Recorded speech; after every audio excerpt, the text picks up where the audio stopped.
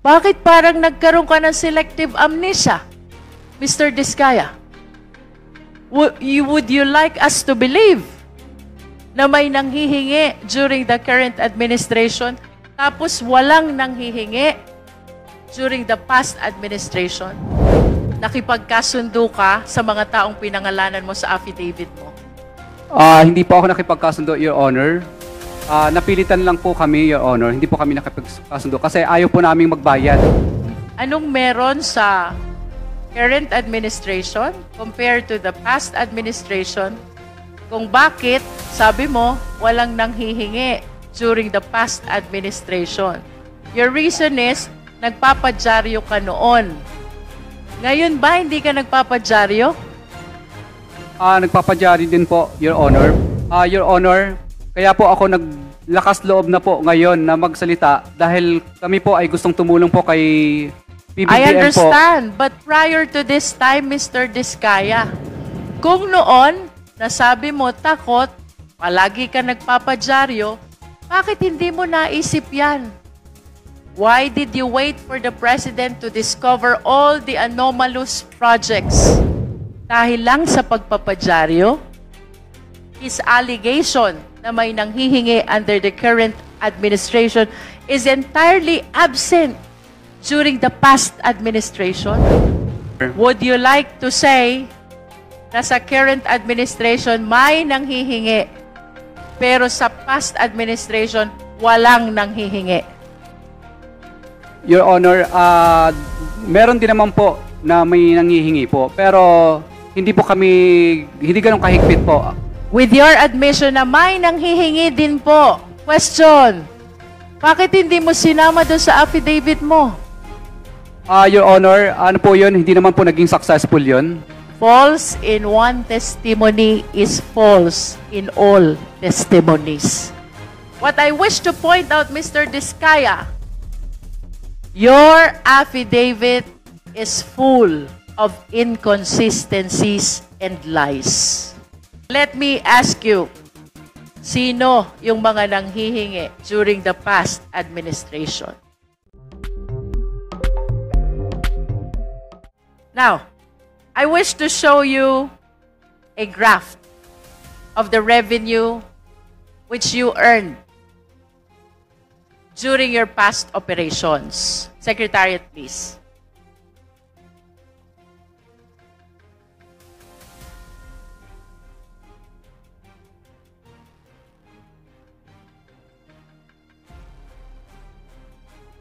There. Sabi mo, yung affidavit mo pertains to the current administration. So that is the second half of 2022 until 2023, at least for those that are shown in the graph. But if you will notice, Mr. Diskaya, yung revenue mo nag-spike 2017, 2018, 2019, 2020, 2021, and even the first half of 2022.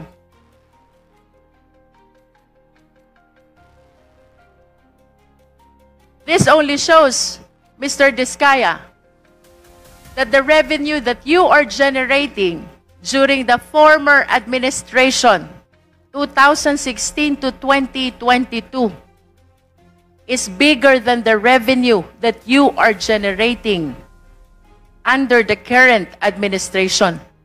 How can you explain this?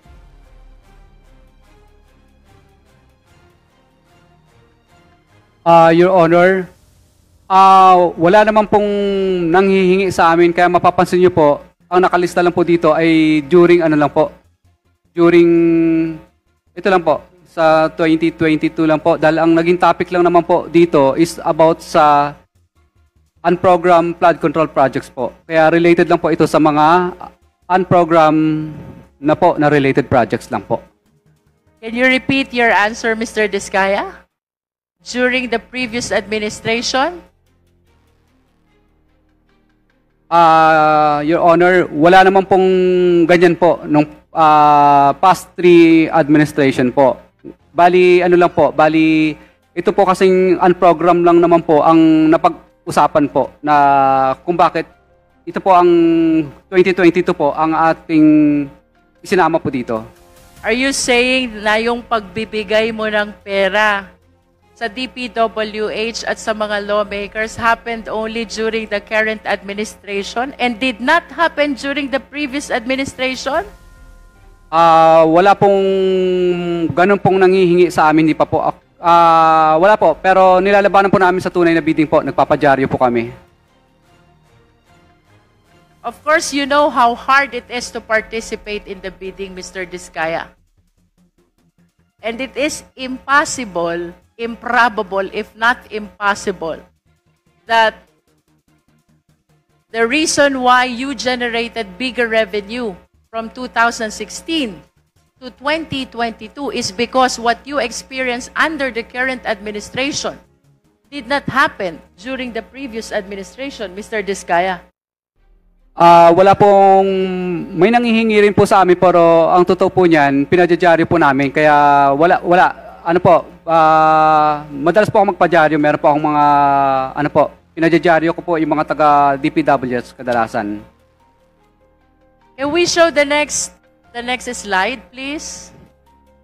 As a matter of fact, Mr. Diskaya, during the previous administration, 2016 to 2022, where's the second slide?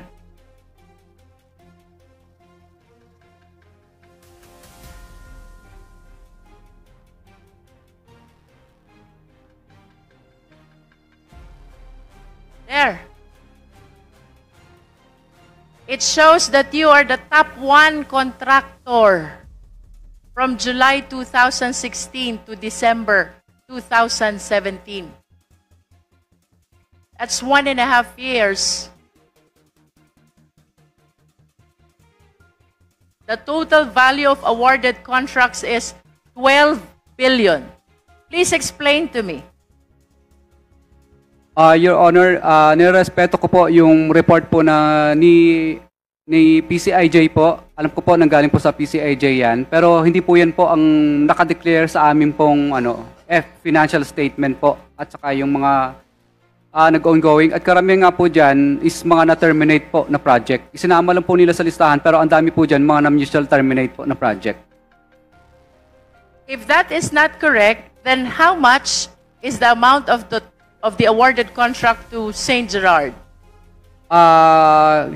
Hindi po ako sigurado, pero titingnan ko po, bigyan niyo po ng time para sa data po niya.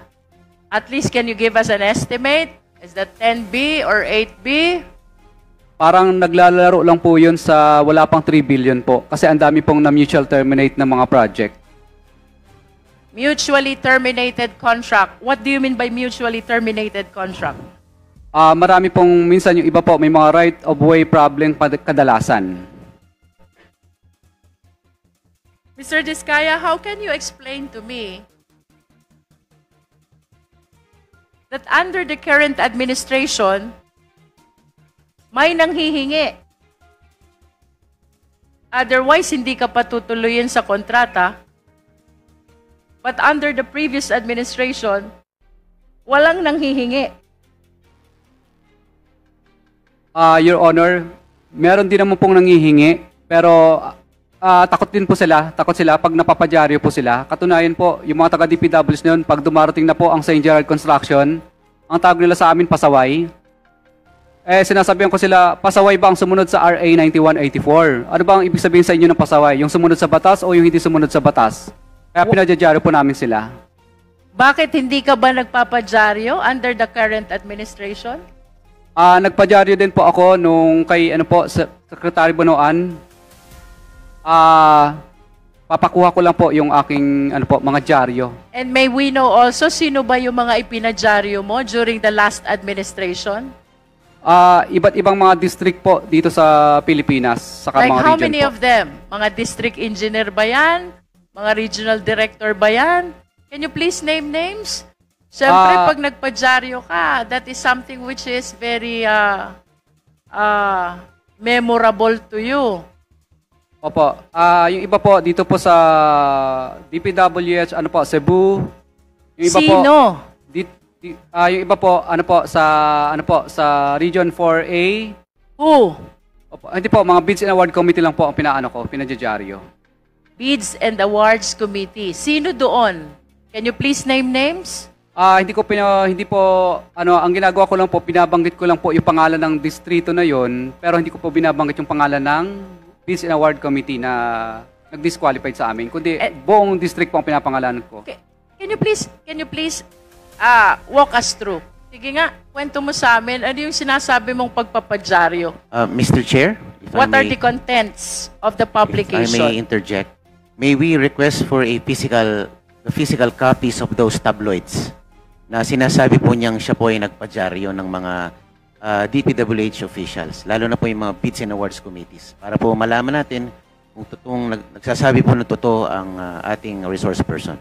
Yes, Salamat po. Mr. Diskaya is ordered to submit copies of the publication of names in the dailies. Yes po, Your Honor.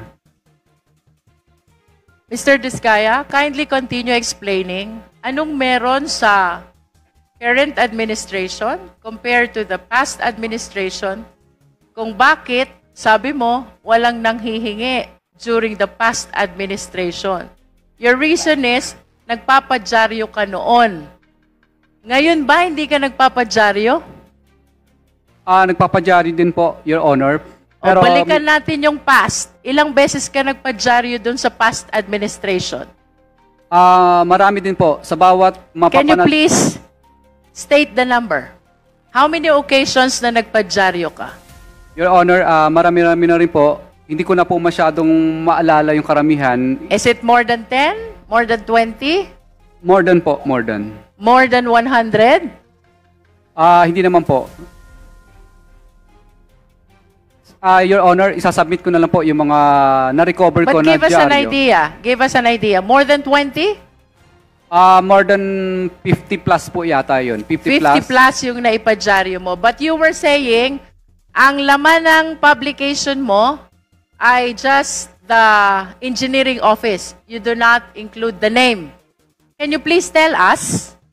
Dahil di ba nagpo-posting naman talaga kayo? Posting and bidding, during bidding, right? That's part of the requirement Yes po, under Your Honor. procurement law. Yes po, Your Honor. Anong laman ng publication pag pinadyaryo mo sila? Nasa front cover po lahat yung... What do you say? Anong nakalagay doon? Nakalagay po doon na yung pangalan po ng DPWs niyan na kami po ay dinisqualified sa bidding at humingi kami ng tulong kay Secretary Mark Villar dati noon. Humingi kami ng tulong kay Secretary Mercado rin po noon at humingi rin po kami ng tulong kay Secretary Bunuan din po. Is it not really one of the consequences of participating in the bidding that you can possibly be disqualified because of some requirements? What calls for publication kung na-disqualify ka? Your Honor, pag kami po ang nanalo sa bidding at pinipilit po kaming ipa-disqualify, doon lang po kami nagpapadyaryo. Pero pag hindi naman po kami nanalo sa bidding, hindi po kami nagpapadyaryo. Kasi talo naman talaga kami. And you honestly believe that that is the sole reason kung bakit yung na-experience mong panghihingi ngayon, ayon sa iyong salaysay, ay hindi mo na-experience noon? Yes po, Your Honor. Kasi That is the only reason? takot po sila pag nilalagay na po yung kanilang hatian doon sa dyaryo sa open letter. Is it not that dapat mas nagpadyaryo ka pa nga ngayon? Dahil sabi mo maraming nanghihingi sa'yo. Your Honor, kaya po ako naglakas loob na po ngayon na magsalita dahil kami po ay gustong tumulong po kay PBBM po. I understand, but prior to this time, Mr. Diskaya, kung noon, nasabi mo takot, palagi ka nagpapadyaryo, bakit hindi mo naisip yan? Why did you wait for the President to discover all the anomalous projects in Bulacan before you came out to the open? Your Honor, ilang beses din po ako nagpadyaryo at nagsusumbong pa po ako kay Secretary Bonoan. Pero mapapasin niyo po sa open letter ko doon na parang hindi po pinapansin ni Secretary Bonoan yung dyaryo ko kasi tabloid lang ang dating. Chair? Yes, please. Quick interjection lang, Mr. Chair. Yes, please proceed, DS. Siguro we have to put it on record that some of the Kongs that were mentioned were not part of the 19th Congress. And That is correct. to add lang, Mr. Chair, hindi ka naman magkakaroon ng disqualification kung nagko-comply ka. Thank you. Yun lang, Mr. Chair. Mr. Chair, I just want to manifest that I really find it unbelievable how a simple publication can change entirely this system that he is alleging. Dahil lang sa pagpapadyaryo, his allegation na may nanghihingi under the current administration is entirely absent during the past administration. Mr. Diskaya?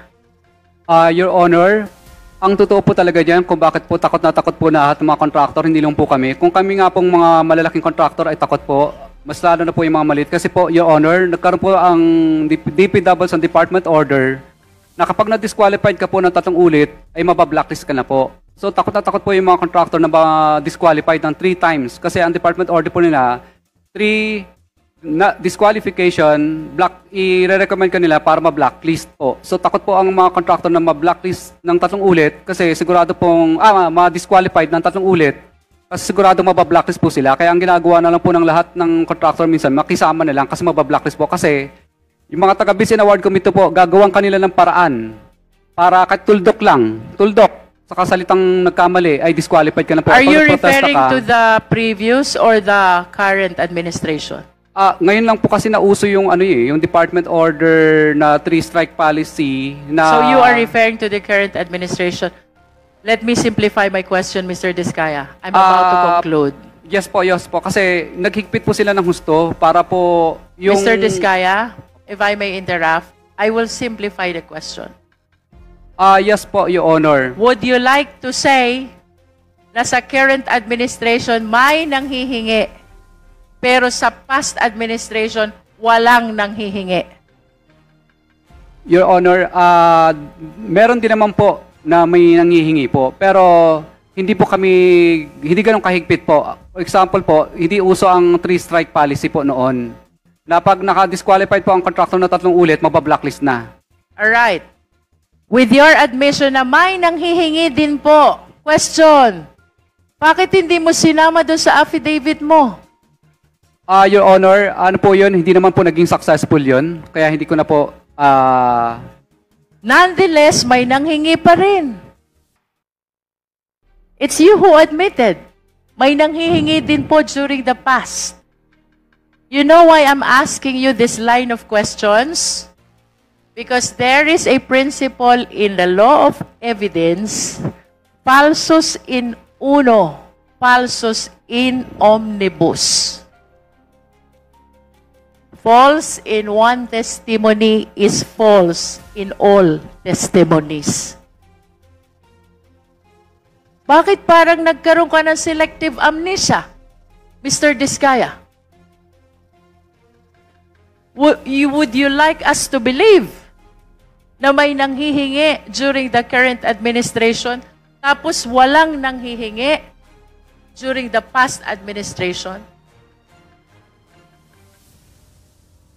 How would you even explain na during the past administration, top 1 contractor ka from PCIG data, and yet you are claiming walang nanghihingi unlike during the current administration? What I wish to point out, Mr. Diskaya, your affidavit is full of inconsistencies and lies. Your Honor, ang affidavit po na ito ay tungkol lang po sa pagsuporta po namin kay PBBM po. Kasi po, ang kanya pong finalash po sa TV nung nakaraan po ay report po tungkol sa mga unprogrammed po na project. Kaya dito lang po ang salaysay ko hanggang... Okay, then let me ask you. If you are saving your statement by claiming that you are pertaining only to what the President discovered as anomalous projects during his administration, let me ask you, sino yung mga nanghihingi during the past administration? Your Honor, ano lang po,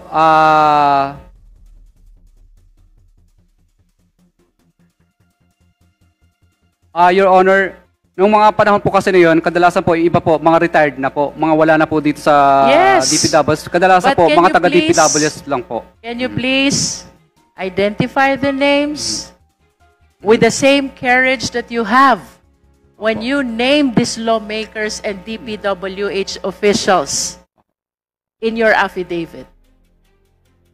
Your Honor,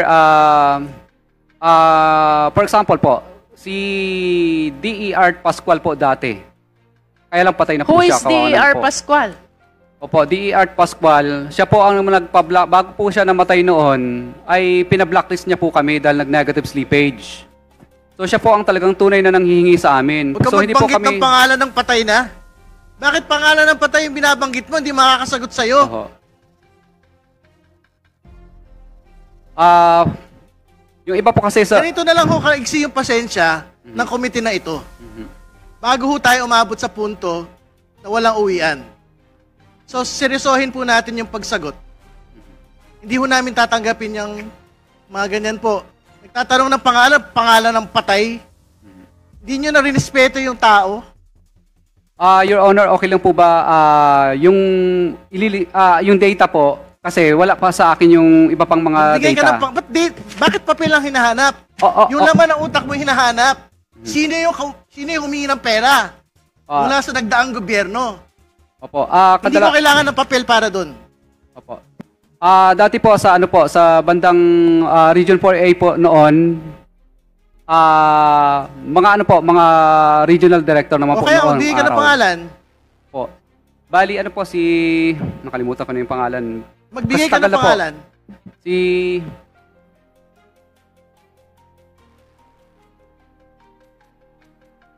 Basta RD po dati yun ng Region 4A po dati noon. Opo. Magbigay ka ng pangalan. Si RD... Kalimutan ko na. Hindi pa siya nagbigay ng... Magbigay ka ng pangalan ng hihingi nung nagdaang gobyerno. Opo. RD po ng Region 4A po dati noon. Hindi ko lang po masyadong ma-mention kasi nasa isang papel ko po yun. Opo. Ano po yun? Anong taon?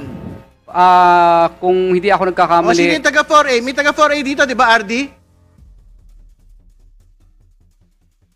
Sinong 4A ngayon? Kabisado niya yung mga pangalan ng mga 4A na nauna. Year ano po yun? Year 20... Ano po yata? 2018? Something ganun po. 2018, 2019. Region 4A. Opo. RD. Opo. O sino yung 4A RD? Ngayon, pumunta kayo rito. Sabihin niyo yung mga nagdaang RD.